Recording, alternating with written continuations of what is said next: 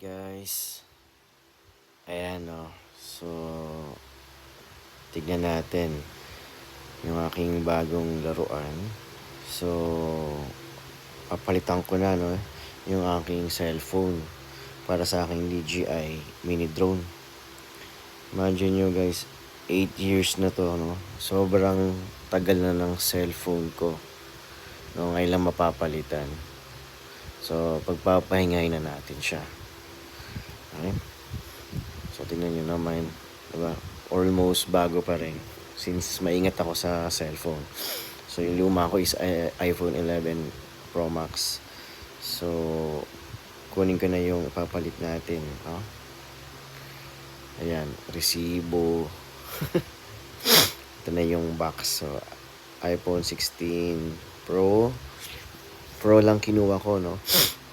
Kasi, mas madali siyang, hawakan.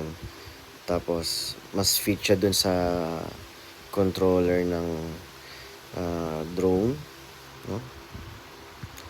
Sige. Buksan na natin. Tingnan natin yung laman. Grabe. Bagay, minsan ka lang gumastos eh. So, ito lang yung laman. Ito yung unit. Ano pa bang laman sa loob? Charger. Wala na. Yun lang. Grabe. Paunti na ng laman. Dati may adapter pa eh. Ngayon wala na. Grabe. Yun lang yun. Kamahal-mahal. So, ayan. So, buksan na natin. So, yung kinuha ko, ano yan, titanium ash yan. Maiba naman.